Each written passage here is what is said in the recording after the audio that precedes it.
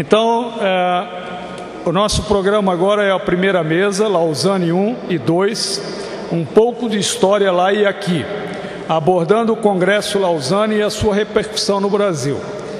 Como parte disso já foi, inclusive, antecipado pelo Robson Cavalcante, né, na fala dele, nós vamos ter 15 minutos pelo Valdir Stornagel, um dos, assim, eu não vou dizer fundadores, porque ele não vai gostar. Não, eu sou um cara bem mais recente. Ele é bem mais recente, ele está falando, a gente acredita, apesar da barba branca dele, mas ele é um desses animadores da fraternidade desde as gerações mais antigas, assim como o Orivaldo também já foi mencionado hoje, lá em relação ao Nordeste, né?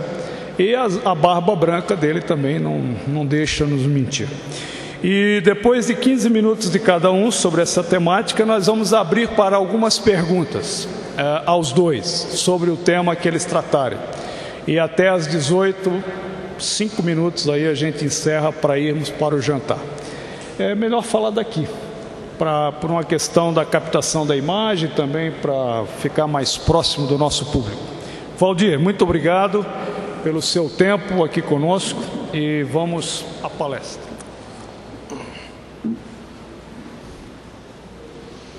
Então, gente, como o Wilson disse, o Robson falou um pouco sobre essa história do movimento de Lausanne, né? E o tema aqui é Lausanne 1 e 2, um pouco de história lá e aqui, né? E entre o lá e aqui, eu vou ver se eu me localizo um pouquinho.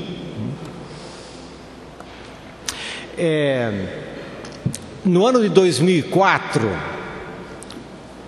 que é bem mais recente, não é? No ano de 2004, Lausanne fez um encontro, uma conferência para 1.500 pessoas da Tailândia, em Pattaya. A história desse encontro diz que nós fomos a Pattaya em 2004 para presenciar ou para ser testemunhas do enterro de Lausanne, porque Lausanne tinha passado por vários anos de muita dificuldade, sem rumo, sem liderança muito ativa, sem dinheiro, e sem que ele conseguisse se articular como algo que honrasse o próprio Congresso de Lausanne e que desse continuidade a essa veia, a essa vertente. Então, a ideia é dizer, olha, vamos para o enterro de Lausanne. E acontece que em Pattaya, em 2004, Lausanne ressurgiu. Houve a escolha de uma nova liderança, e essa nova liderança, especialmente na pessoa de Doc Birdsall, ele colocou realmente a sua vida atrás de um processo de renascimento do movimento de Lausanne.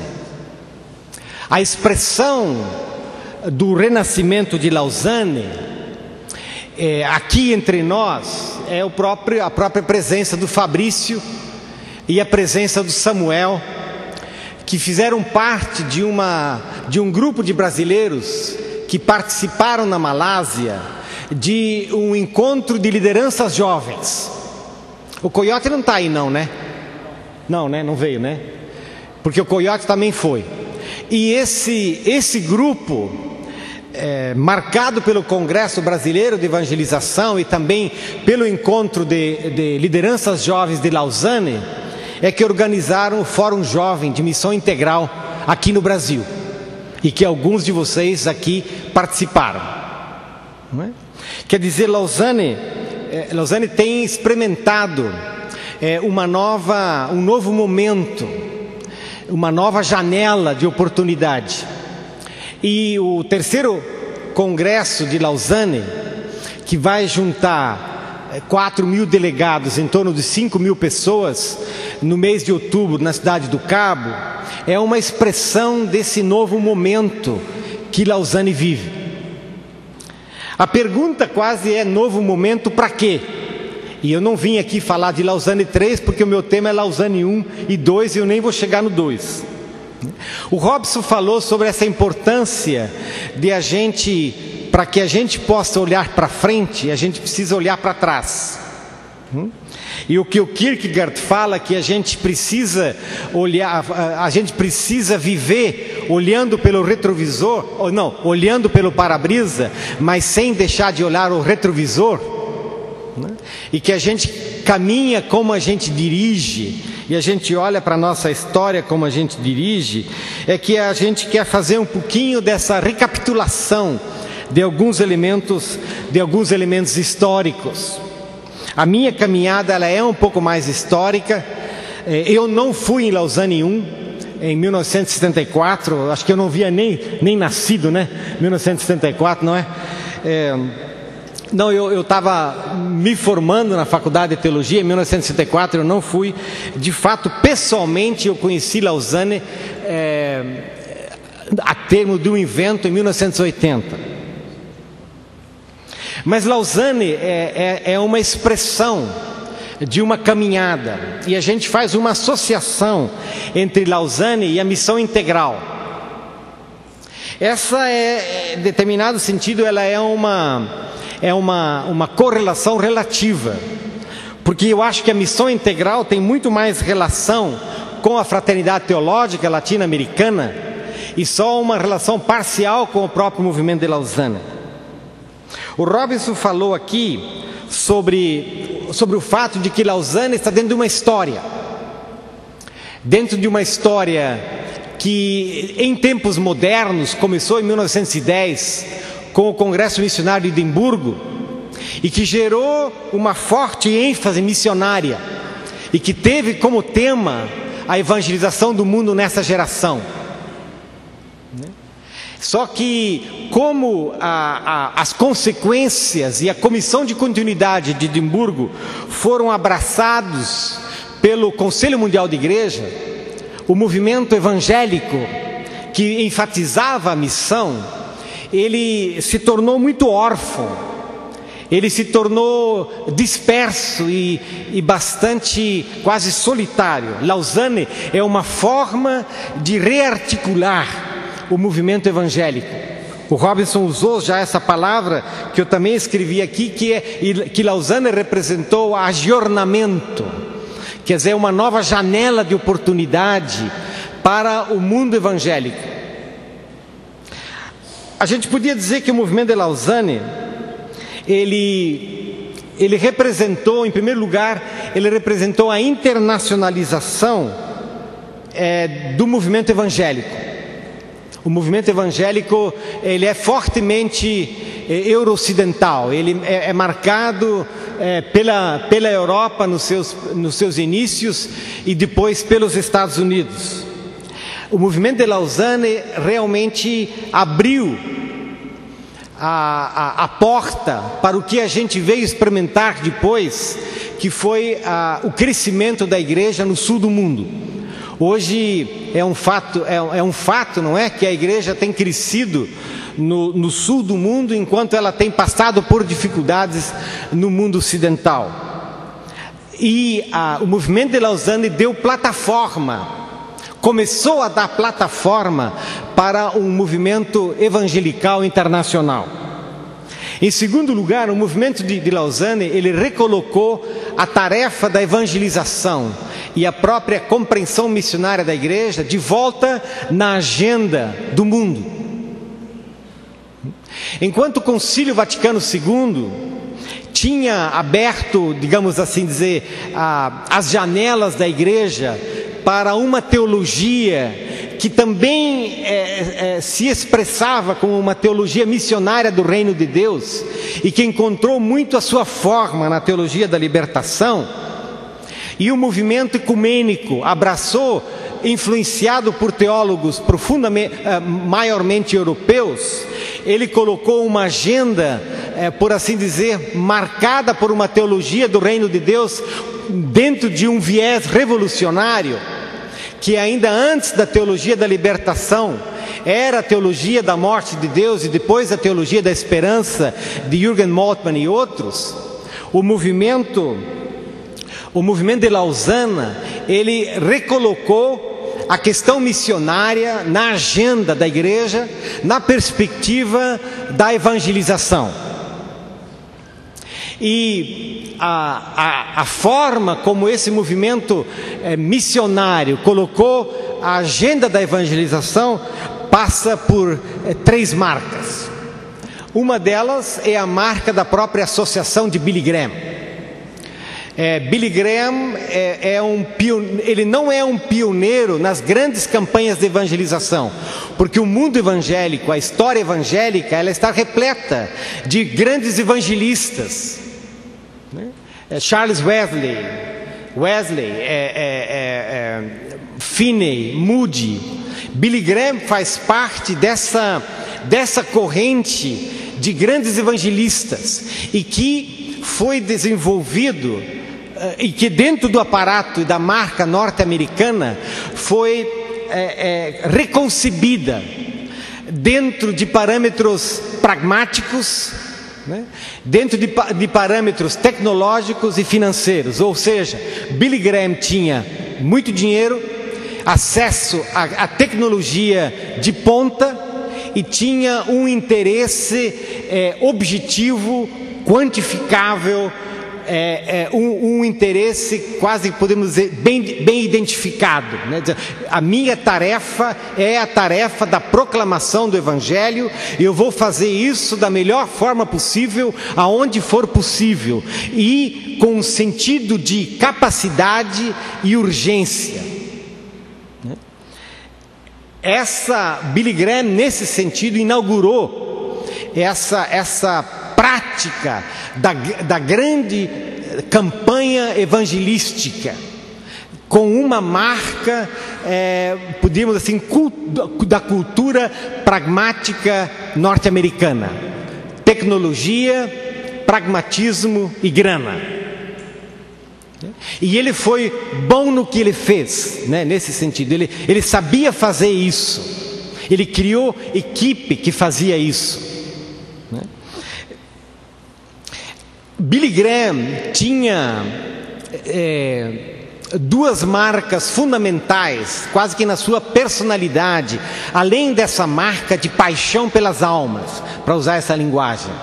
Ele tinha uma marca que Billy Graham era um homem de grande coração e que contribuiu muito para a caminhada ecumênica da igreja, porque uma das condições da associação Billy Graham era que as igrejas se unissem nas cidades aonde ele iria.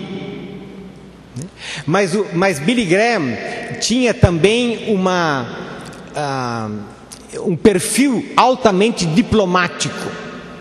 Ele sabia construir relações e por isso que ele foi um grande construtor de pontes. Billy Graham colocou o peso dele e o peso da associação Billy Graham atrás de Berlim 66 e atrás de Lausanne 74. Em segundo lugar, a evangelização mundial foi colocada como uma marca através da Escola de Crescimento de Igreja. A Escola de Crescimento de Igreja, através de um norte-americano que tinha sido missionário na Índia, chamado McGovern, e que veio ser professor em Fuller, nos Estados Unidos, McGovern elaborou a teoria, né, do crescimento da igreja, por assim dizer. A teoria de que nós devemos não só sair na evangelização em busca de pessoas, mas nós devemos ir em busca de povos, de grupos de povos, de nações, de etnia. Enquanto Billy Graham tinha uma marca de evangelização massiva, mas individual, né? Chamar para frente, a escola do crescimento de igreja começou a pensar em etnia, começou a pensar em povos não alcançados, né? Essa escola se desenvolveu muito fortemente nos Estados Unidos, especialmente nos inícios através da influência de Fuller, McGovern, Peter Wagner e Ralph Winter foram significativos nessa caminhada, e muitos de vocês, ou de nós, somos frutos dessa escola de missiologia, que é essa escola de alcance dos povos inalcançados, mapeamento desses povos. Esse movimento do crescimento da igreja teve no movimento de Lausanne uma grande plataforma. Ele teve no movimento de Lausanne a sua plataforma global. E em terceiro lugar, Lausanne teve ele começou a trabalhar, eu acho que quase começou a trabalhar a compreensão da evangelização dentro do marco da missão integral. E as palestras históricas de René Padilha e de Samuel Escobar no movimento de Lausanne representaram justamente isso. Isso tinha muito a ver com uma caminhada latino-americana. E tinha a ver com a própria caminhada histórica da fraternidade teológica latino-americana, e que dizia fundamentalmente o seguinte: o contexto é importante. Eu me lembro de um teólogo inglês com o qual eu encontrei, Chris Ogden, e ele disse: a contribuição fundamental de Lausanne foi feita por René Padilha. E a contribuição de René Padilha para Lausanne foi fundamentalmente dizer: o contexto sim importa. O contexto sim importa. Porque a gente vivia uma época onde o Evangelho era entendido muito dentro de um conceito discursivo e quase uma compreensão, como é que a gente diz isso em português? De pressuposições, né?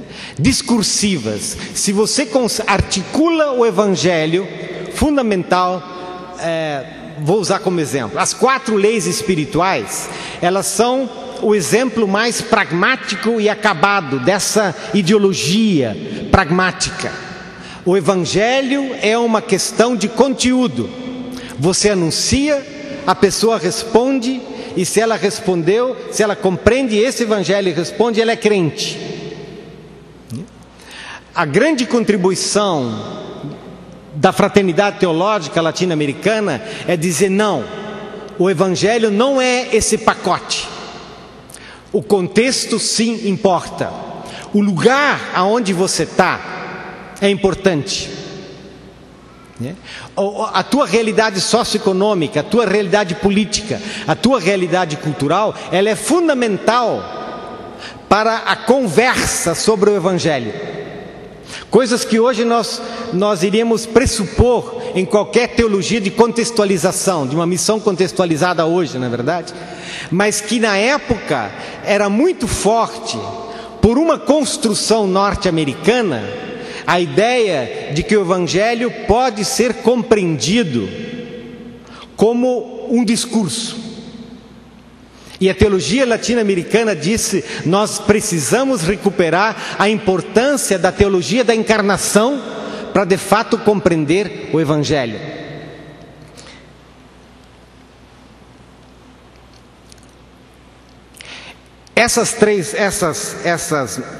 Essa última marca da missão integral, ela de fato nunca foi uma marca maioritária, nem na América Latina, nem no movimento de Lausanne.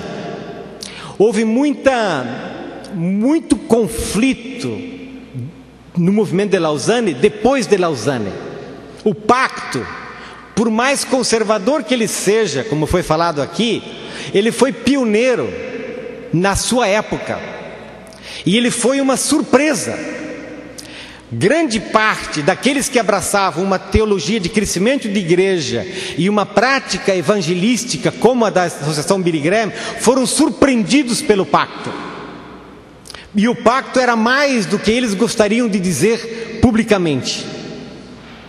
E depois do movimento de Lausanne, nós tivemos uma dificuldade, para não dizer uma ruptura, para que esse movimento de Lausanne continuasse junto.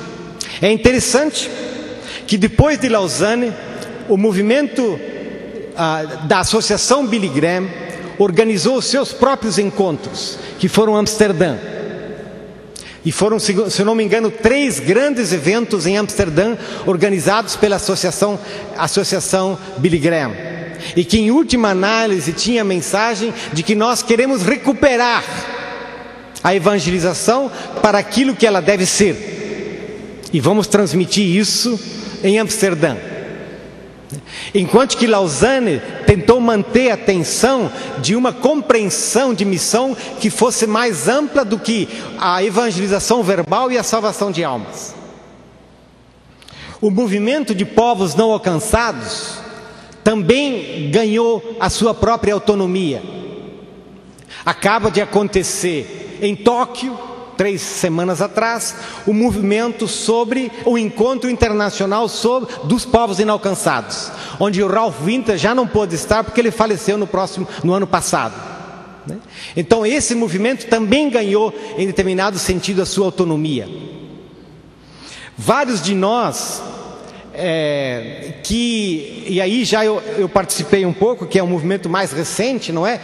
Começaram a encontrar parceiros na África, na Ásia, na Europa, especialmente na Inglaterra, para essa compreensão da missão integral da igreja. E o que se desenvolveu foi esse movimento da igreja no mundo dos 2 terços.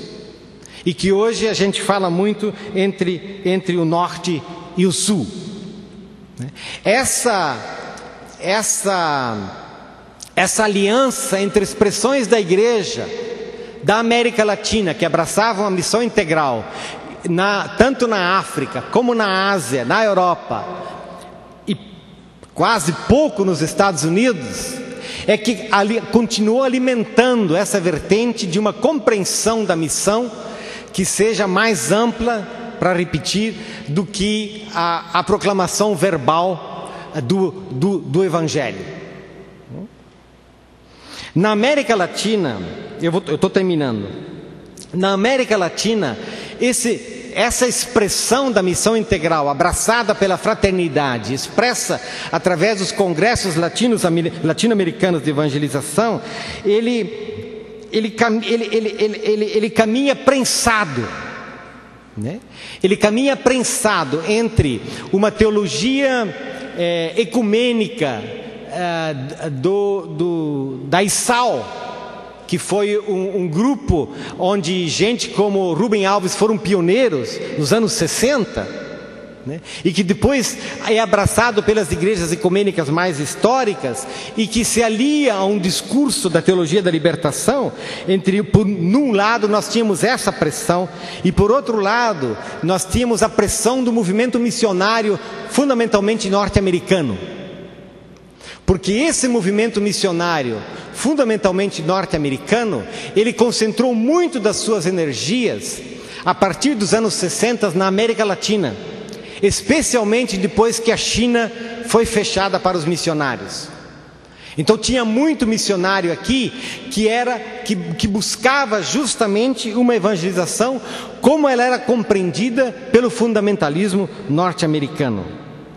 E nos anos mais recentes, mas sobre isso eu acho que a gente vai continuar a falar amanhã e depois da manhã, sobre que é o movimento mais autônomo de expansão da igreja na América Latina, e nós falamos disso hoje, e muitas vezes falamos disso hoje sobre a igreja mais neopentecostal. Na minha história, e com isso eu termino, Lausanne 74 chegou de 2 formas. Uma delas, na minha história, Lausanne chegou no Congresso Missionário de 1976, realizado em Curitiba pela Aliança Bíblica Universitária do Brasil. Tá bom esse negócio da Aliança Evangélica, tá no sangue, né? Aliança Bíblica Universitária do Brasil. A Aliança Bíblica Universitária do Brasil, ela foi pioneira em procurar expressar no Brasil aquilo que seria uma agenda de missão integral. E uma das expressões fortes da Aliança Bíblica Universitária do Brasil no Congresso Missionário de 1966 era justamente a vocação missionária de todos os cristãos. E a gente falava na vocação missionária do profissional. O Congresso chegou, o Congresso de Lausanne, para mim, chegou muito através dessa veia. E chegou através do Pacto de Lausanne. Mas acho que sobre isso, e como isso desencadeou o Congresso Brasileiro de Evangelização, a gente pode falar um pouquinho mais amanhã.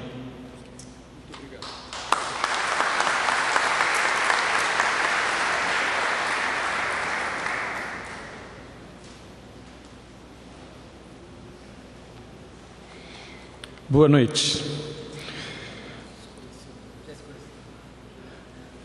Já é noite.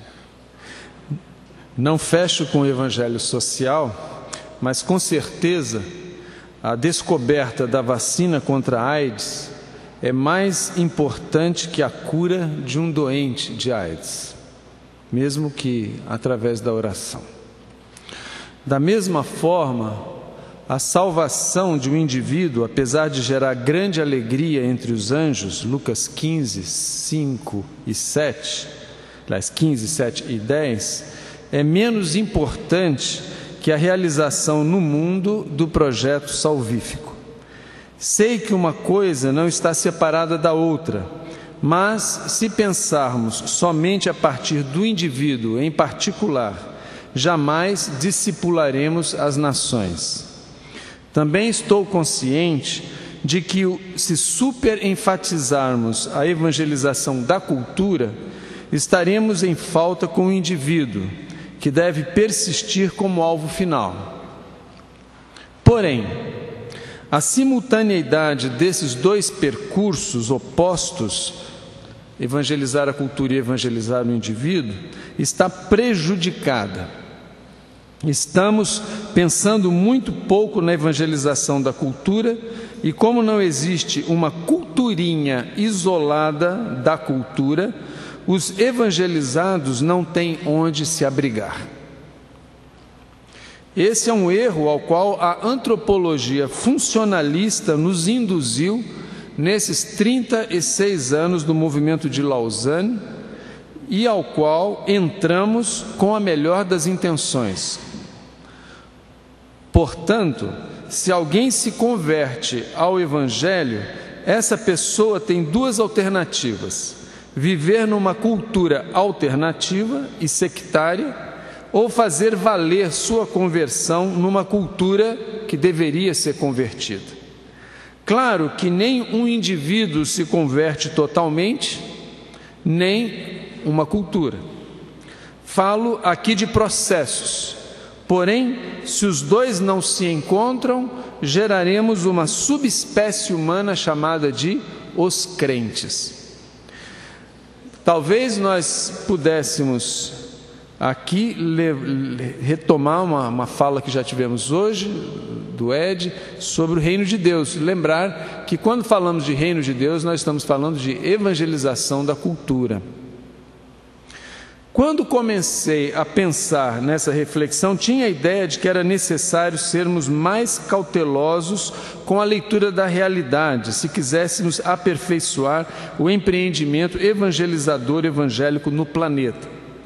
Tinha uma espécie de suspeita de que esse dever de casa não tinha sido bem feito nos congressos de Lausanne 1 e 2. Porém, fui rever o material de primeira mão que eu tinha de ambos. O primeiro eu não pude ir, né? Tinha apenas 15 anos de idade, mas o meu pai estava lá e eu pude ler os textos antes e depois as réplicas depois. Para testemunho disso, eu os trouxe aqui. Eles mandavam esses textos. O participante tinha que ler o texto inteiro. Eu trouxe aqui a do Howard Snyder, que eu tenho um carinho muito grande por essa reflexão. E ele no final, o participante do congresso Deixa eu ver aqui. Essa aqui é do Samuel Escobar. Ele tinha no final que fazer o dever de casa aqui. Escrevia, respondia. Isso aqui era traduzido por alguém e mandado para lá. Aí o meu pai mandou uma cartinha: olha, atrasei, peço desculpas, não deu para mandar essas últimas, está aqui. Aí tem uma resposta do Paul Little, assinado por ele, pedindo: não, tudo bem, não tem problema, mande, mas mande assim que estiver pronto. Escrita pelo Paul Little, o coordenador, o organizador geral do evento.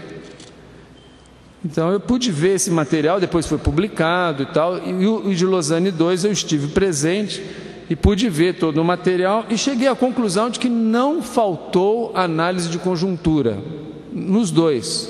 Houve cautelosa análise de conjuntura. Então não era bem esse o problema que eu pensei que eu iria criticar e tive que morder a língua. Porém, então, me surpreendi com as cuidadosas análises antropossócio-históricas que foram feitas. Talvez houvesse equívocos históricos e analíticos, teóricos aqui e acolá, mas como não eram olhares feitos de um único ângulo, essa deficiência se diluía. Isso se aplica bem a Lausanne I, mas não na mesma proporção a Lausanne II. A leitura da realidade, neste último caso, foi muito unificada sob o nome de um suposto espírito de Lausanne. Um exemplo disso foi a tentativa de se fazer um manifesto latino-americano de protesto paralelo e a produção, logo em seguida, de um contra-manifesto também de latinos americanos, negando o manifesto. Não é nada disso, nós não pensamos assim, tudo baseado num suposto espírito de Lausanne. Com isso, a aposta numa leitura funcionalista, pragmática, quantitativista da realidade teve precedência, resultando na incapacidade de fazer uma proposta de conversão da cultura. Como estive presente em Manila, preciso lembrar, em defesa dos participantes e dos organizadores, que os acontecimentos históricos estavam acontecendo debaixo de nossos narizes e não tínhamos o distanciamento necessário para interpretá-los. Por exemplo, 120 dias depois do Congresso, cai o Muro de Berlim, fato que levou o historiador Eric Hobsbawm a declarar que ali terminou o século XX e talvez tenha sido o fim de uma era. Será que a conversão à cultura é algo realmente importante? Ou da cultura? Não basta a conversão dos indivíduos? Nisso reside justamente a integralidade da missão integral. Menosprezar a conversão da cultura significa abdicar da missão integral. O sujeito convertido vem habitar numa casa, numa estrutura de sentidos também convertida, ou ele vai ter que abandonar a conversão ou refugiar-se num enclave cultural, uma subcultura fechada em si mesma, sem qualquer perspectiva de transformação. Por falar em transformação, esse foi o mote mais progressista em Lausanne II. Havia por parte de Chrysoukden, também já citado aqui, e outros teólogos articuladores da missão integral, a noção clara de que a transformação da cultura seria resultado de uma pressão da igreja a partir da base. Hoje eu penso que eu tenho esse pensamento como talvez um tanto quanto ingênuo. Talvez a isso se deva o sentimento de desânimo que se abate sobre minha geração, que é essa geração intermediária que está muito dispersa, muito desanimada, e eu sou aí talvez um dos sobreviventes. Antes de discutir a questão da evangelização da cultura, quero levantar um outro ponto de discussão que nos afeta aqui no Brasil diretamente a partir de Lausanne I, já que esse é o tema da nossa reflexão. Acho que a visão de ciência moderna abraçada pelos congressos teve um efeito negativo em nossa busca de unidade.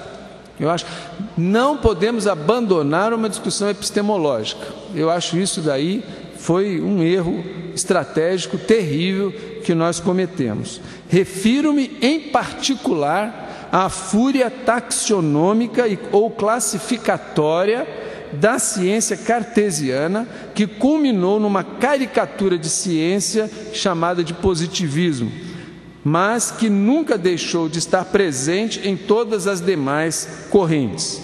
É preciso ouvir o alerta do psicanalista francês Jacques Alain Miller, quando diz: a classe não está na natureza. Antes dele, Jesus já havia alertado aos seus discípulos através da boca dos personagens de suas parábolas da rede, Mateus 13, 47 a 50, do trigo e joio, Mateus 13, 25 e 40, e de certo modo da parábola do banquete nupcial, Mateus 22, 1 a 10, que a tarefa de separar os frutos da evangelização é exclusiva dos anjos no dia do juízo. Entretanto, fomos acometidos de uma fúria classificatória que não apenas distingue para efeitos taxonômicos, como faria um naturalista com as espécies de animais ou plantas, mas que disjunta a humanidade em categorias inconciliáveis. Nisso reside a incapacidade de evangelizar a cultura e a crônica falta de unidade entre os cristãos. Uma taxonomia pode muito bem ser útil em diversos aspectos, especialmente para compreender as riquezas e belezas da infinita diversidade humana e como da igreja, que já foi falado hoje, mas quando serve para interesses disjuntivos, ela tem um efeito muito negativo. Se nos recusarmos a esse uso predador da classificação, podemos recorrer a ela com grande proveito para nossas estratégias, mas eu acho isso um tanto quanto trivial.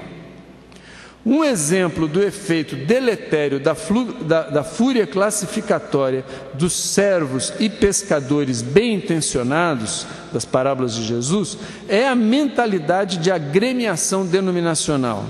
Por exemplo, os batistas, que completaram 400 anos de existência ano passado, têm uma história bastante rica, bela, que se vai estudar para se encontrar elementos de edificação e ajuda para a caminhada nos dias de hoje. O mesmo pode-se dizer das demais denominações. Entretanto, não podemos reificar esses valores. Eles estão historicamente condicionados. Fazer parte de determinada agremiação é útil e interessante por conta dos valores históricos, dos parâmetros éticos para os nossos movimentos, das possibilidades práticas para ações estratégicas amplas e caras, e isso tá bom, é o suficiente. Deixa a administração da maquinaria denominacional nas mãos de um corpo de funcionários burocratas e estamos conversados. O tempo dos grandes discursos denominacionais tem que ficar para trás. A mesma fúria classificatória se aplica aos chamados grupos humanos, aos alcançados e não alcançados, etc. Repito, isso é importante para efeitos estratégicos, embora deva ser sempre criticado e remontado, pois a classe não está na natureza. Porém, sem a atitude disjuntiva como a dos trabalhadores do campo de trigo e de joio. O movimento evangelical, por conta da infinita diversidade de agremiações denominacionais, adquiriu um hábito classificatório. Surgem expressões do tipo Great Commission Christians, Born Again Christians, Evangelicals, etc. Quando esse hábito é acompanhado de uma atitude disjuntiva, lá se vai qualquer possibilidade de unidade. Jesus foi o autor de uma ideia genial: igrejas. igrejas como entidades fluidas, auto-eco-organizativas. Nesse espírito, elas se multiplicam aos milhares pela face da terra. Penso, alguns irmãos já conhecem o caso narrado lá em Natal de Felipe Camarão, que eu tive a oportunidade de contar em outros lugares, onde num bairro mais violento da cidade temos 70 igrejas evangélicas que não sabem uma da existência da outra e que estão ali colocadas, esperando ocuparem, sei lá, o seu lugar, fazerem a sua tarefa. A igreja segue e pronto. Tentar inventar outra estratégia é tão ridículo como tentar descobrir um novo modo de andar com as pernas. A opção pela epistemologia cartesiana contribuiu para alguns dos becos históricos em que nos metemos. Porém, o maior problema, na minha maneira de ver, do movimento de Lausanne no Brasil foi a falta de uma proposta de evangelização da cultura. E eu assisti isso bem de pertinho lá quando publicamos na Visão Mundial os Lausanne Occasional Papers, o Pacto e tantas outras coisas, sob o comando do pastor Manfred Grellert. E também o Congresso Brasileiro de Evangelização em 83, depois o Congresso Nordestino de Evangelização em 88, quando eu já estava lá no Nordeste, e outras cositas más. Os cristãos têm uma responsabilidade muito grande na questão da conversão da cultura. Foram os cristãos, prestem atenção, que puseram os alicerces da cultura ocidental e, a partir daí, o da cultura global. Trata-se de uma forma de pensamento que embalou por século o mundo. A ideia de um Deus que a tudo abrangia, um Deus triuno, perante o qual todos os elementos do universo e da sociedade se organizavam. O pensamento medieval se originou do perfeito encaixe promovido pelos pais da igreja, da teologia cristã com o pensamento clássico do mundo greco-romano. Hoje, os cientistas sociais, os filósofos estão conscientes. É impossível entender o mundo ocidental e globalizado sem estudar teologia. Teologia. Porque é aí que a coisa acontece. Viu, teólogas aqui presentes? É aí que a coisa acontece. O trabalho de vocês não é ficar discutindo sexo dos anjos ou quantos deles cabem num alfinete. Vocês estão colocando os patamares da cultura. Seu sucesso do pensamento cristão se deve ao fato da igreja estar presente não só na cúpula administrativa e intelectual da sociedade europeia, mas completamente espalhada pela base da população, tornando eficaz o pensamento.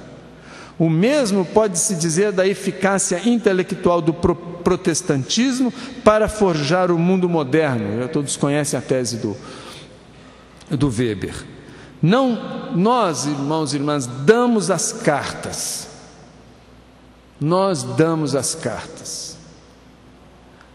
Até os fundamentalismos estão dando as cartas. Hoje nós teremos este mês, em Natal, um congresso internacional que se chama Fundamentalismos Contemporâneos, para discutir fundamentalismos em todas as áreas. E quem botou as cartas do fundamentalismo foram os evangélicos. Para o bem e para o mal, nós damos as cartas. Não há um mundo humano que não seja construído pela fé cristã, só que precisa ser renovado. Porque nós ficamos com a nossa roupa ficou curta demais, o mundo grande demais, e nós não estamos cobrindo mais. Com a superação parcial da modernidade, a sociedade faz a chamada: igreja, igreja, e ela está ausente. Quer dizer, a face pública da igreja está ausente, porque a igreja está presente.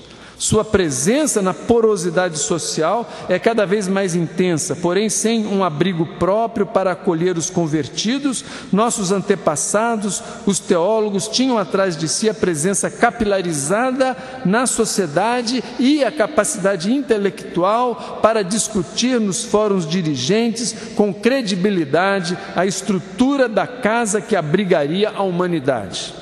E assim foi sendo cumprida, de um modo um tanto canhestro, a grande comissão. E agora? Agora é sempre o kairós de Deus. Só que isso não é evidente por si só. Se agirmos dentro daquilo que foi o kairós em 1974, estamos fora. Em outras palavras, para aproveitarmos o kairós, temos que nos sintonizarmos com ele. A lógica paulina de Gálatas 4:4, que diz: vindo, porém, à plenitude, o kairós do tempo, Deus enviou seu Filho, nascido de mulher, nascido sob a lei, exige uma compreensão cuidadosa. Mas, mesmo historiadores e filósofos que não têm consciência dessa ousada proposição paulina, reconhecem que aqueles anos do primeiro século foram singulares na história da humanidade. Os apóstolos, conscientes disso, se abriram à possível globalização da fé cristã e, para tanto, recorreram à tradução da teologia cristã ao pensamento grego. Grandes riscos. A lógica paulina é a mesma do seu patrício Mardoqueu, que disse séculos antes à rainha Esther: quem sabe se para conjuntura como esta é que foste levada a rainha. E a de ambos combina com a do nosso patrício Geraldo Vandré: quem sabe faz a hora, não espera acontecer. Ou seja, entre as características favoráveis do kairós de Paulo, da conjuntura de Mardoqueu e da hora de Geraldo Vandré, e a atitude da igreja, de Esther e de cada cidadão brasileiro, existe um anel recursivo, um vai lá dá cá, uma dupla mão. Isto é, nós fazemos a hora e nos aproveitamos dela. O contexto facilita a ação, ao mesmo tempo em que a ação cria o contexto. Lausanne I pegou carona e moveu história em 74. Os anos 60 foram anos de viradas e fizeram ressonâncias em Lausanne I. Vaticano II, maio de 68, movimento dos direitos civis nos Estados Unidos e a guerra do Vietnã, Watergate também, golpes militares na América Latina, pós-colonialismo na África, o homem na Lua, mas, acima de tudo, a universalização da mídia de massas, e por isso Billy Graham teve um papel tão importante quanto teve. A chegada um pouco atrasada do Brasil a esse admirável mundo novo explica o atraso do impacto de Lausanne por aqui. Faltavam, para pegar uma tradicional expressão marxista, as condições objetivas para que isso acontecesse. E elas chegaram de fontes inesperadas, as organizações transdenominacionais, como a BUB, que publicava sintomaticamente um jornal chamado Kairós, eu tenho todos eles, a Visão Mundial, a FTLB, a CEPAL, etc. Se fôssemos esperar a via denominacional ou multidenominacional, como o CONIC e posteriormente a EVB, para Lausanne acontecer no Brasil, ainda estaríamos esperando até hoje. Ao mesmo tempo, a abertura lenta, gradual e segura, apesar de todos os seus defeitos, permitiu sonhos até então sob o veto da realidade.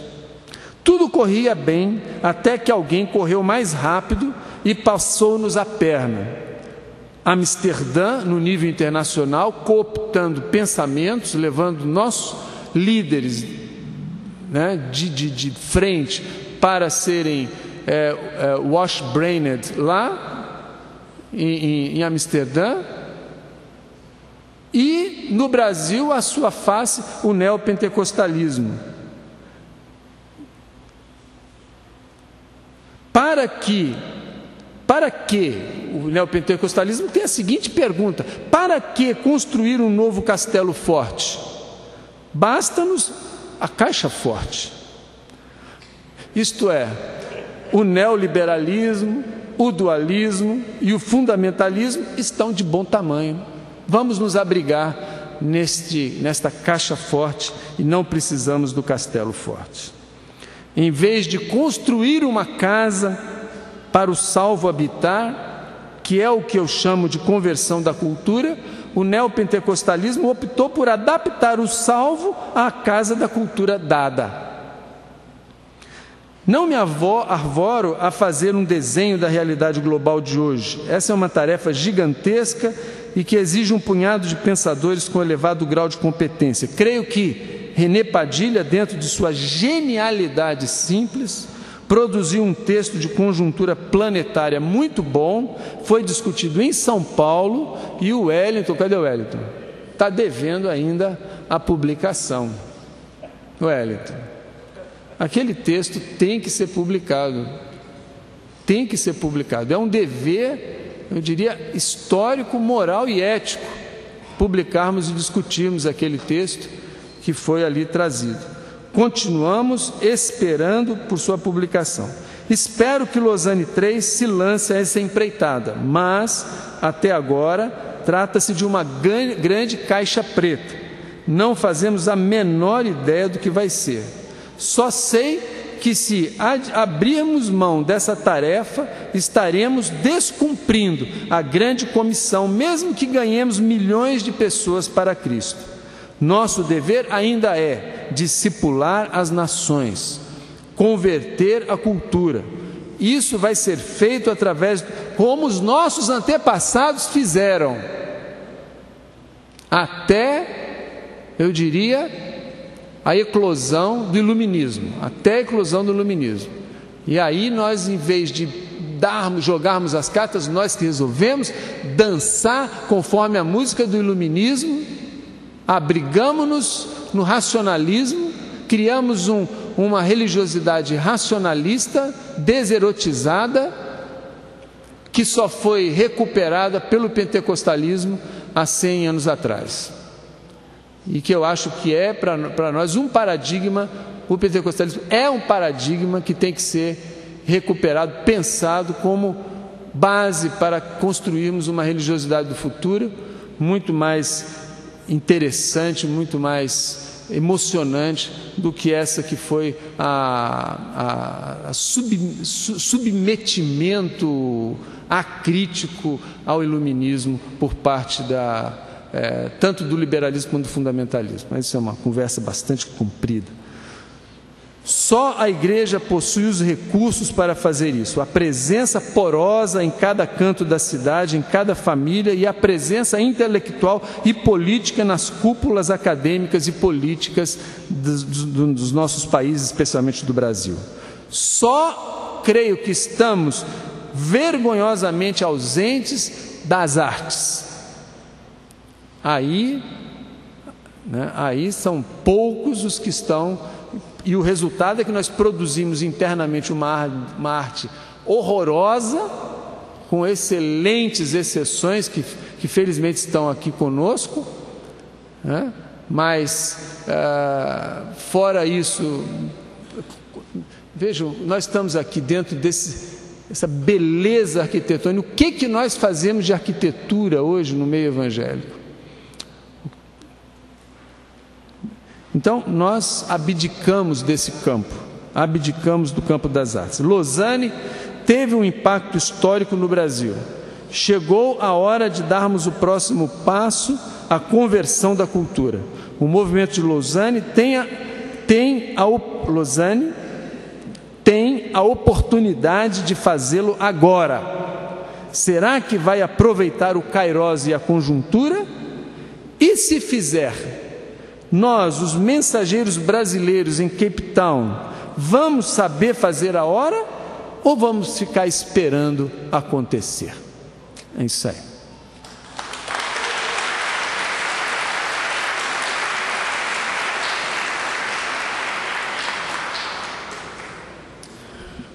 Obrigado ao Valdir, obrigado ao Orivaldo. Orivaldo atuando lá no núcleo da FTL em Natal e o Valdir atuando pelo mundo com algumas passagens por Curitiba. Falando em Natal, está lá em Natal agora também o Harley. Harley, você está aí? Fica em pé, fica em pé. E a Silvia está aqui dentro? Pastora Silvia. Esses irmãos, junto com o Alexandre, que eu também não sei se está aqui, eles são, aqui ó, eles são do GT, dos trabalhos teológicos que serão apresentados amanhã à tarde. Nós temos alguma dificuldade aí que alguns trabalhos acabaram não chegando na mão desses irmãos. Então, quem apresentou trabalhos a esse grupo de trabalho, né, essa comissão, se certifique depois com o Alexandre, com o Harley e com a Silvia, se eles receberam o seu trabalho. Porque nós amanhã, durante a programação da manhã, precisamos emitir a lista dos apresentadores de trabalhos, quais são os trabalhos e qual vai ser o local da apresentação dos trabalhos. E a gente desconfia que algum trabalho que você enviou não chegou. Então, se você propôs trabalho para ser apresentado amanhã, verifique, por favor, com a Silvia e com o Harley, especialmente que já conversaram hoje aí, que eu sei, para a gente ter uma contemplação adequada da sua proposição. Um outro recado, se você não está com crachá, ninguém vai abordar você e convidá-lo a não estar no nosso meio e tal, e nem vamos fazer esse tipo de abordagem assim, você está participando mesmo da consulta, mas provavelmente você tem um crachá preparado para você lá atrás, então valorize lá o trabalho do nosso pessoal de recepção, procure o seu crachá e também veja se você fez todos os acertos devidos, porque na verdade a sua contribuição aí de 50, 60 reais que está financiando a nossa atividade. Bem, estamos abertos, eu acho que a uma pergunta, né? Porque, olha só, são 17h53, o jantar não pode atrasar. Então, quem tem alguma questão que gostaria de colocar, alguma participação nessa apresentação do Valdir e do Orivaldo? Alexandre, por favor, venha até aqui, porque assim fica registrado a sua colocação, a sua pergunta, e aí nós vamos dar a oportunidade de resposta. Alexandre, do grupo do Núcleo do Rio de Janeiro. Gostaria de fazer uma pergunta para o Valdir, e a faço com algum temor, porque eu nunca aprendi muito bem os limites toleráveis da divergência, né? Então eu faço com algum receio, mas com bastante humildade, assim.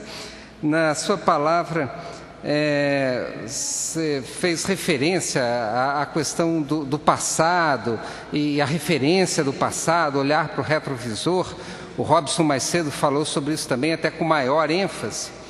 E a minha questão justamente é o risco que eu vejo, de alguma maneira, de considerar o passado como futuro, que é uma crítica, inclusive, que o Habermas faz com muita propriedade, porque a gente tem essa ênfase aí, Lausanne, né? Lausanne 1, Lausanne 2, Lausanne 3, é meio Sylvester Stallone, né? Rambo 1, Rambo 2, Rambo 3, fica uma referência que eu não sei se é tão adequada assim para quem está enfatizando o contexto.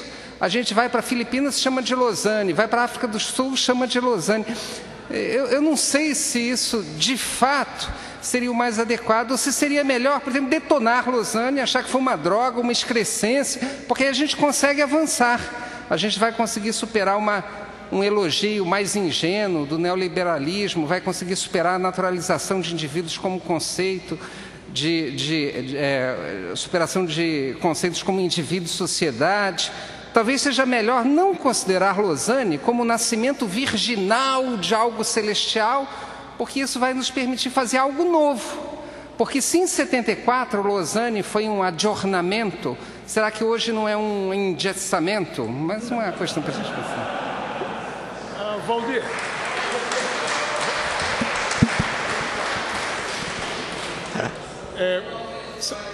Você pode ver. Como é que é? Uma perestroika. Eu acho que vocês da câmera vão ter que direcionar para o Valdir aí. Não, Alexandre, eu acho que eu acho que o Alexandre está absolutamente certo. Que, digamos, você pode olhar tanto no retrovisor que deixa de olhar para frente, não é? Eu acho que, mas de alguma forma você não, digamos assim, é muito difícil você pedir isso para mim. Não tem como eu não olhar para trás. Agora, eu acho que você tem como pedir isso para as gerações mais novas. E de que o caminho para frente, ele tem que ser nessa tensão entre uma geração que acumulou alguma caminhada e entre uma geração que está percebendo os desafios do seu contexto de uma forma nova, não é? E eu espero que a fraternidade seja esse diálogo e que certamente aqui a gente não olhe só para trás, a gente tem que olhar para frente, né? Porque é verdade, a gente tem uma dificuldade enorme de deixar algumas coisas morrerem, né? Então a gente acaba assim dando sobrevida a algumas coisas nossas, grupos de trabalho, comissões, né? A questão de Lausanne que eu falei antes, né? Tá pronto para o enterro e aí ressuscita, né? Dá um pouco essa ideia. A igreja, para mim, nesse sentido, ela é uma organização muito conservadora, né? Tom Sine é um cara que trabalha com consultorias para a igreja, e uma das coisas que ele fala, ele diz: as igrejas sempre acham que amanhã vai ser igual a ontem, né?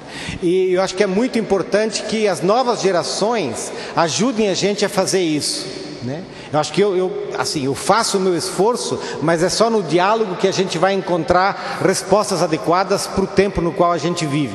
E se a gente não encontrar respostas de diálogo para essa conversão de cultura, não vale a pena.